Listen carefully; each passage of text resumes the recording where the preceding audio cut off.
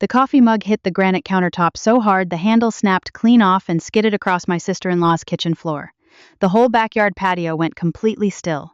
Not the polite kind of still that happens when someone makes an awkward joke. The kind that happens when something real and unexpected cuts the air in half.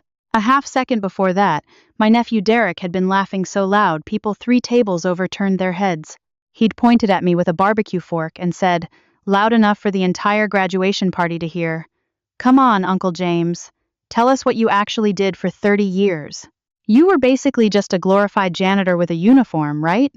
A few people chuckled nervously. Someone coughed. I set my lemonade down slowly and looked at him. "Phoenix," I said. That was it. One word. The man sitting at the far end of the patio, gray-haired, built like someone who had never fully stopped being what he used to be, wearing a plain blue polo that didn't hide the posture underneath, went completely white. He stood up so fast his lawn chair scraped back across the concrete. His coffee mug hit the counter on his way up, and that was the sound that silenced everybody. Colonel Richard Hargrove, retired, stared at me across 30 feet of backyard like he'd just seen something walk out of a photograph he thought had been burned. "My God," he said quietly, "you're Phoenix."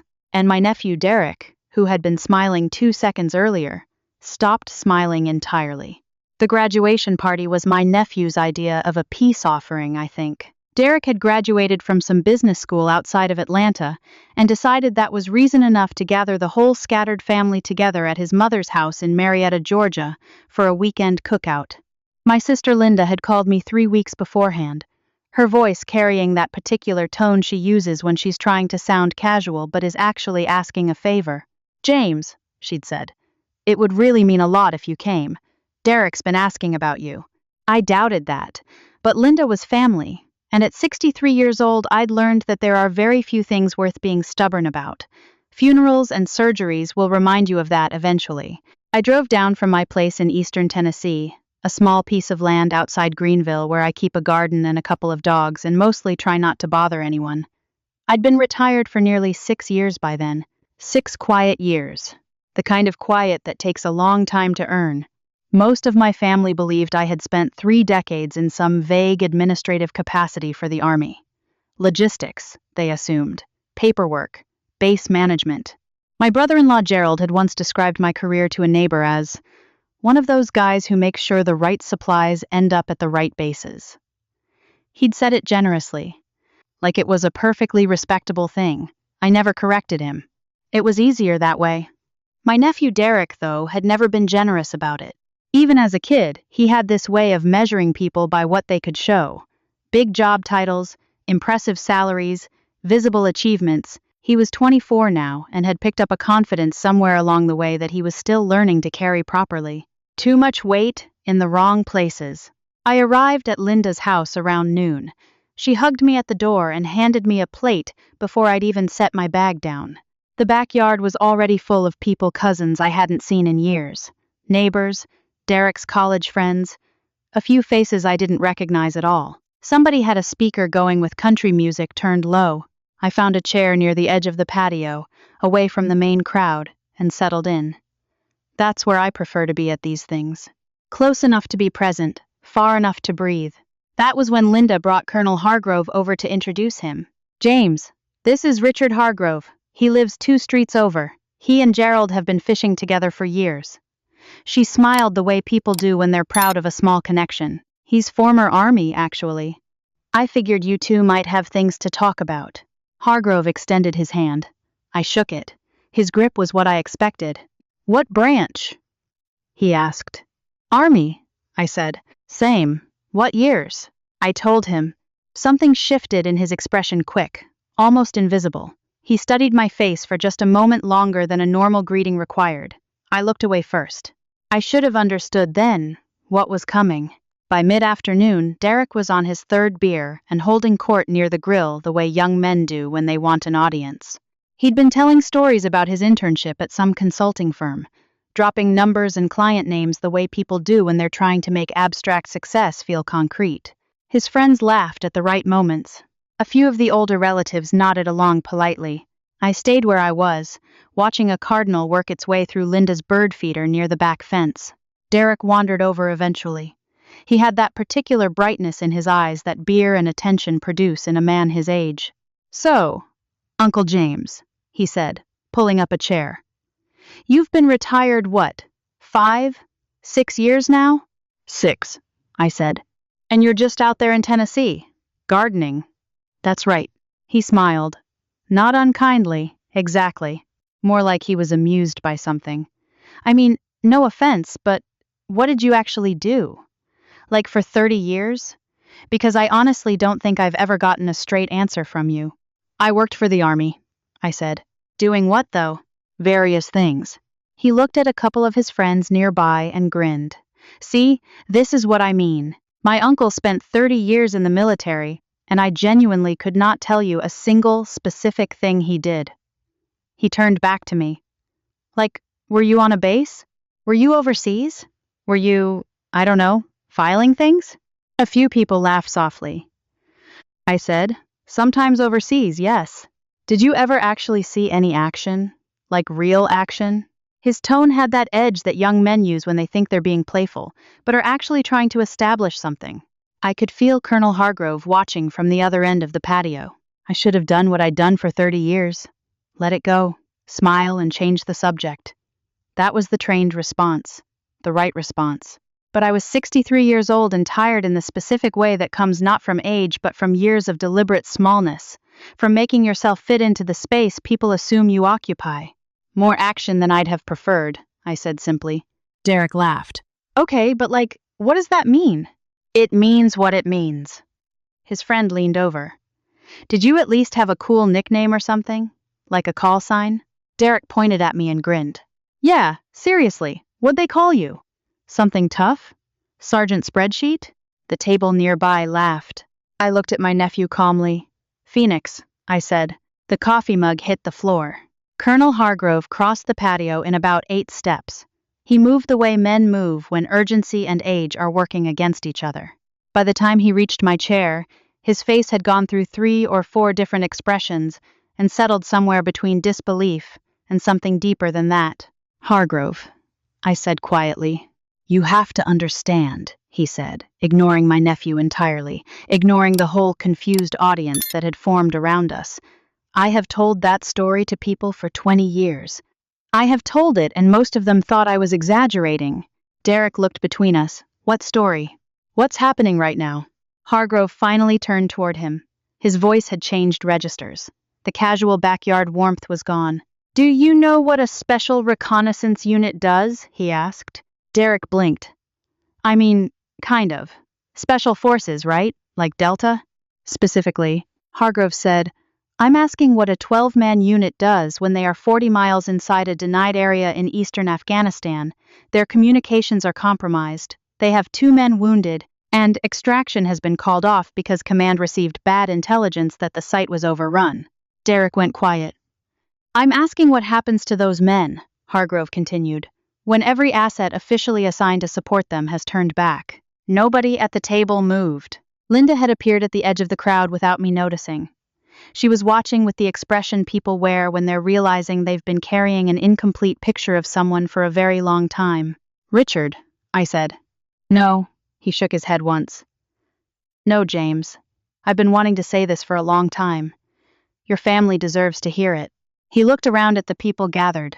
"In the fall of 2004, he said, I was the senior surviving officer of a reconnaissance team that was supposed to be dead."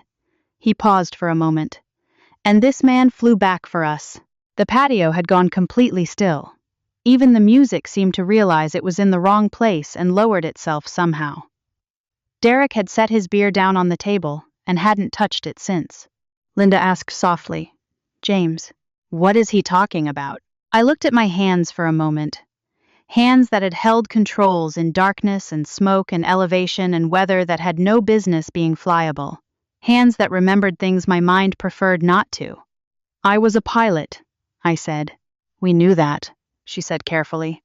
"I was a specific kind of pilot," I said, "for a specific kind of unit. The kind that doesn't appear on the organizational charts most people see." Hargrove sat down across from me. He was watching me the way veterans watch each other when the real conversation finally starts, patient, careful, aware that some of this might cost something. "You can tell it," he said quietly. "Or I will." I exhaled slowly. Somewhere in Linda's yard, a dog barked twice at nothing in particular. Very ordinary sound. Life running parallel to the heavy thing happening inside it. "It started as a support tasking," I began. "My unit had been running night operations in the eastern provinces for about 7 months. We'd gotten good at the routes, the timings, the margins." I looked at Derek. "You asked what I actually did. That's what I did. I flew in places that didn't officially exist on nights that didn't officially happen." He nodded slowly. The smirk was completely gone. That particular night, the weather was wrong from the beginning. The forecasts had been off for 2 days running, and by the time we got the full picture, it was already too late to adjust cleanly. I folded my hands together. Hargrove's team had been inserted 3 nights earlier. Standard reconnaissance tasking. Get in, observe, get out. "It wasn't standard by the time we needed extraction," Hargrove said quietly. "No," I agreed. "It wasn't." I leaned back and let myself go back there, even though I'd spent years building the distance deliberately. Some memories don't actually fade. They just become more familiar, the way an old scar becomes part of the landscape of your skin. The radio call had come in at 2:14 inches the morning. Broken signal, bad encryption, barely coherent. 2 words beneath the static that landed like a stone dropped from a height. "Phoenix Actual." That was the phrase. That was how they said, "We are still alive. We need someone who will come when no one else will." I told them about the terrain. The ridgeline approaches that funneled wind and reduced visibility to nearly nothing. I told them about the decision that had already been made by command extraction aborted, site considered compromised, all assets recalled. I told them the official version of what happened next, which was that a navigation error had taken my aircraft into that corridor before the recall order was fully confirmed. That wasn't true. Hargrove smiled slightly at that. "There was no navigation error," I told my family plainly. "I knew exactly where I was going." Derek said quietly, "Why?" I looked at him for a long moment. "Because they were still breathing." The thing about flying into a situation that every instrument and every protocol and every superior voice in your radio is telling you to avoid is that it becomes very quiet inside. Not peaceful. Quiet the way a room gets quiet when everyone has left. Just you and the machine and the arithmetic of what happens if you get this wrong. I had a co-pilot named Watts. Specialist Marcus Watts, 26 years old, from a small town in Mississippi. He had understood what I was doing before I said a word about it. He had checked his harness, checked his instruments, and said, "I'm with you, sir." 20 years later, I still think about that.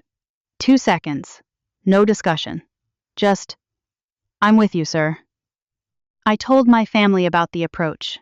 The way the mountains came up in the instruments before they were visible. The crosswinds that tried to push us sideways off the corridor twice. The moment the landing zone resolved out of darkness and dust, and I saw the chem light signals that told me Hargrove's men were still holding position.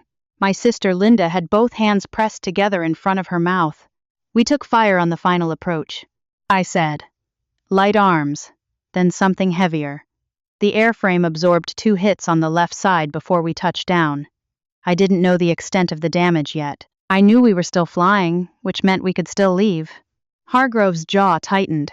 He was back there too. I could see it. "The loading was not orderly," I said. "That was the careful version." The careful version left out the weight of the men being carried, left out Watts firing from the co-pilot door with one hand, while I held the aircraft steady with both feet on the pedals, left out the 3rd hit that took out a hydraulic line and turned the controls into something closer to a suggestion than a guarantee. "You lost the hydraulics," Hargrove said. "Partially," I said. "Enough." "He flew us out with partial hydraulics," Hargrove told the yard. "In the dark, through mountain terrain, with 11 men and 2 stretchers loaded in an aircraft that was not designed to carry that weight." My nephew Derek was staring at me the way someone stares at a stranger. "We made it to the forward operating base," I said simply. "Watts held the door the whole way. We got everybody out." "Not everybody," Hargrove said, and his voice had changed again. "Not everybody," I agreed. One of Hargrove's men had not survived the ambush before we arrived. He was 22 years old. From a small town in Iowa. He had a daughter who had been born 4 months before that deployment. I knew these things because I had made it my business to know them. The way you make it your business to know the names of the people whose lives depend on whether you do your job correctly. I still know his name. I will always know his name. Linda was crying quietly. One of Derek's friends had his elbows on his knees and was looking at the ground. I'm telling you this, I said, not because I want anyone to think I was brave. I wasn't brave. I was angry and I had a specific skill, and those men were still alive. That combination of things produces a decision. It isn't heroism, it's arithmetic. Hargrove shook his head slowly. That's what he always said, even in the debrief. Because it's true. We sat with that for a while. The backyard sounds continued around us, a neighbor's lawnmower somewhere down the block, Derek's dog sniffing along the fence line, birds working the feeders. Life continuing its ordinary accounting while the table behind the grill sat completely still.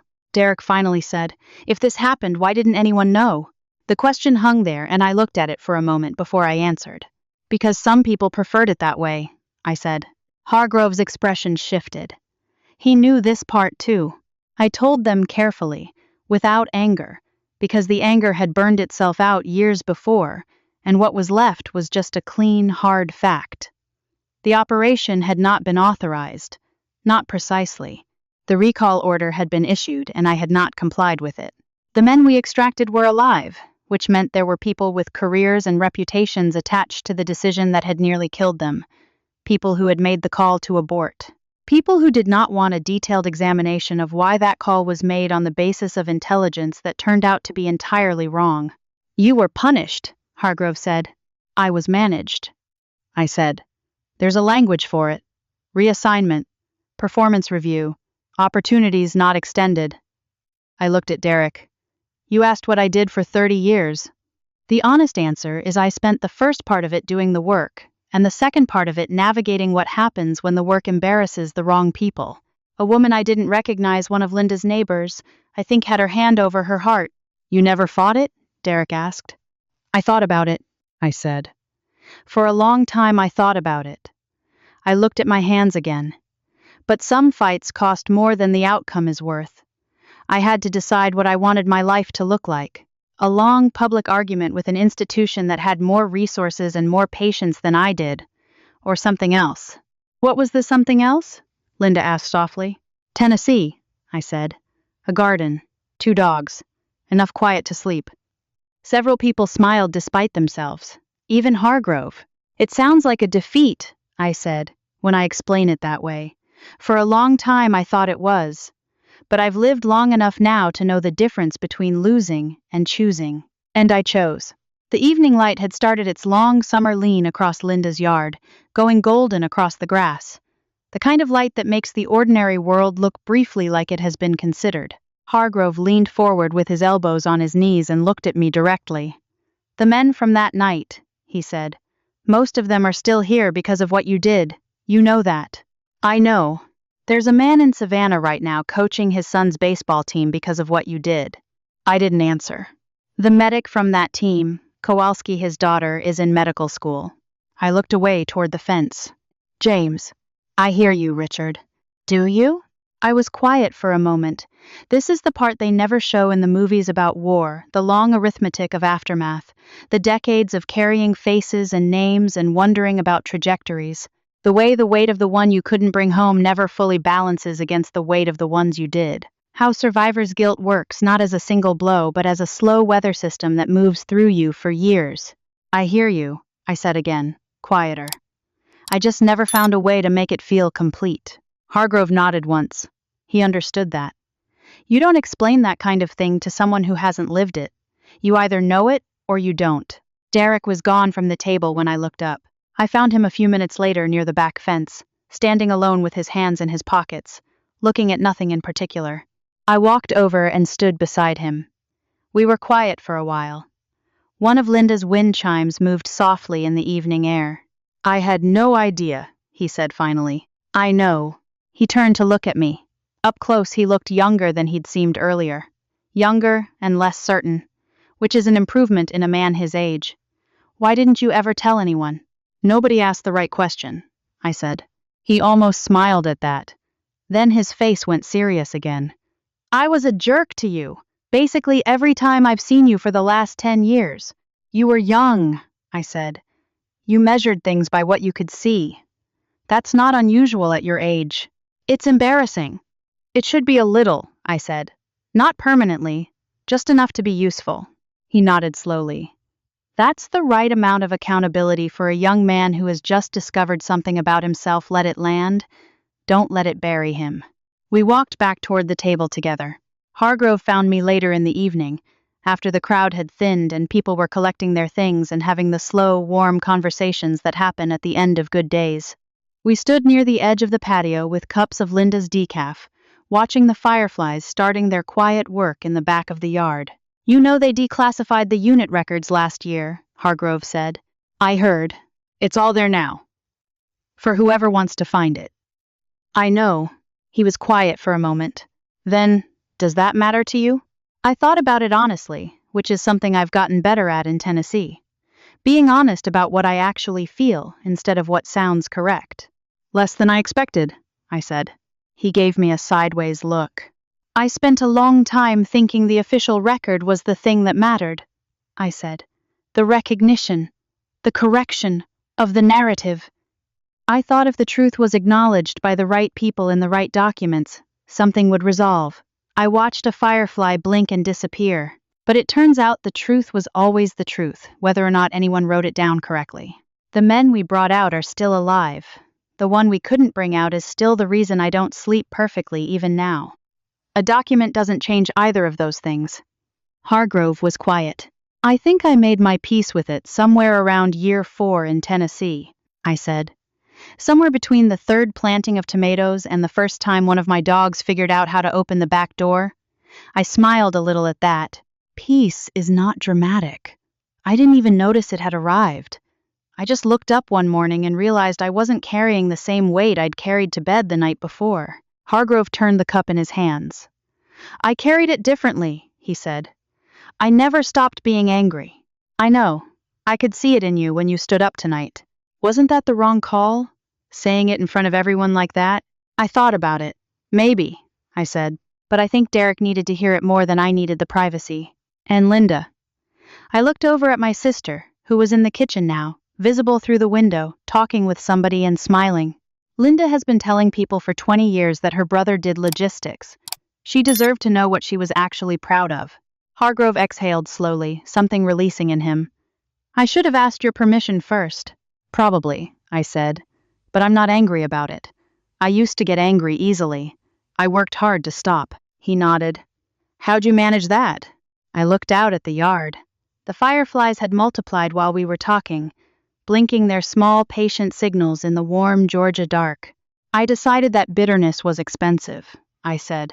More expensive than I could afford to keep paying. Every year I stayed angry at the men who managed me out, at the institution.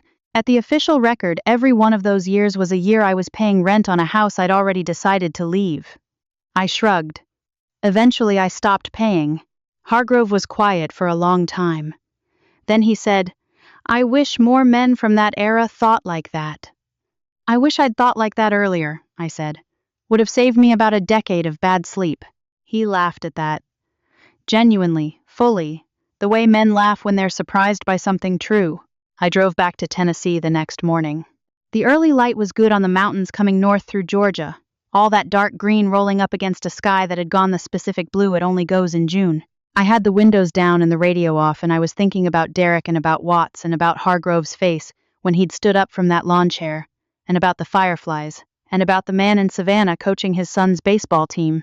I was thinking about how we build walls around the heaviest parts of ourselves and call the walls protection when most of the time they're just solitude with better architecture.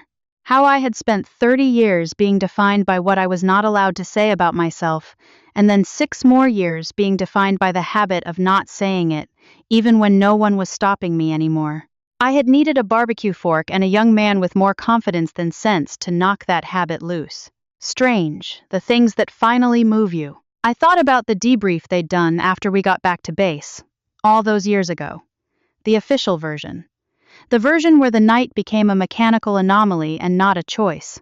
I'd signed that report and put it away, and for years that felt like erasure. Like the real version of the night existed only inside me and a handful of men scattered across the country. But sitting at Linda's table last night, I'd told the real version out loud for the first time. And nobody had fainted. Nobody had decided I was lying or exaggerating. Hargrove had nodded along like a man confirming a record he'd been maintaining in his own memory for 2 decades. The truth had been sitting there the whole time. It just needed somewhere to land. I pulled over once, outside of Chattanooga, at one of those overlook areas where you can see the valley spread out below and the mountains going north into Tennessee. I sat on the hood of my truck for a while and ate an apple and looked at all of it. When I got home, both dogs were at the fence, which meant they had figured out the gate latch again. I let them out and they did what dogs do, ran 3 circles around me for no reason, decided everything was fine, went back to supervising the yard. I checked the garden. The tomatoes were coming in well. The beans needed another week. That evening I sat on the back porch with the last of the good light and thought about what I would do with the rest of whatever time I had. I'd been living small for 6 years out of habit, not necessity. Turns out the thing I'd been protecting myself from wasn't out there anymore. Maybe it hadn't been for a while. Hargrove had told me on the way out that there was a veterans group in Morristown, about 40 minutes from my place. Former special operations guys mostly. Some active, some retired, some still figuring out what they were. He said they could use someone who'd been through what I'd been through and still knew how to be quiet about it. I'd told him I'd think about it. Driving home through Tennessee, I decided I'd think about it seriously, which for me is close to a yes. Because here is the thing about spending 30 years doing work in the dark that no one sees. You learn to operate without acknowledgement. You learn to be sufficient to yourself. That is a real skill, and it kept me functional for a long time, and I don't regret having it. But skills built for survival are not always built for living. And somewhere between the garden and the dogs and the Tennessee mornings and last night's backyard full of people being surprised by the weight of a single word somewhere, in all of that, I realized I'd been surviving quite efficiently for 6 years when I could have been doing something else entirely. The Cardinals were working the feeder when I pulled in. The porch light was on. The gate held for once. I called Hargrove that night before I went to sleep. "Tell me about the group in Morristown," I said. He was quiet for a second. Then, "I'll text you the address." "Good." We hung up. I sat by the window for a while with the lamp off, watching the field behind the house go dark in slow stages the way it does in summer. The work I did for 30 years was not glamorous. It was not clean. Some of it I am still deciding how to carry, and I suspect I will be deciding that for however many years I have left. The man I couldn't bring home will be part of my accounting for the rest of my life, as he should be. That is the honest weight of having been responsible for something that mattered. But I also know there is a girl somewhere becoming a doctor because a medic came home. I know there are kids somewhere who still have their fathers because of a night that officially didn't happen. I know that in a yard in Marietta, Georgia, a 24-year-old is going to measure people differently for the rest of his life because of a broken coffee mug handle and one word said into the Georgia evening air. Not all debts get collected. Not all stories get told in time. But sometimes, at 63 years old, with the summer crickets going and the Tennessee dark settling in and a veterans group 40 minutes away that might be worth the drive, sometimes the ones that finally do get told are exactly enough. Sometimes the heaviest thing we carry isn't pain, it's the habit of making ourselves smaller than we are. James spent years shrinking into silence, not because he had to, but because it had become comfortable. What finally freed him wasn't a document or an apology, it was one honest word spoken at the right moment. You don't need a backyard full of people to stop hiding. You just need to decide the wall has done its job long enough. A small note for our listeners. This story was created and imagined by AI, crafted to bring you an entertaining listen, and leave behind something worth carrying, a quiet reminder that the truest parts of us deserve to be spoken out loud.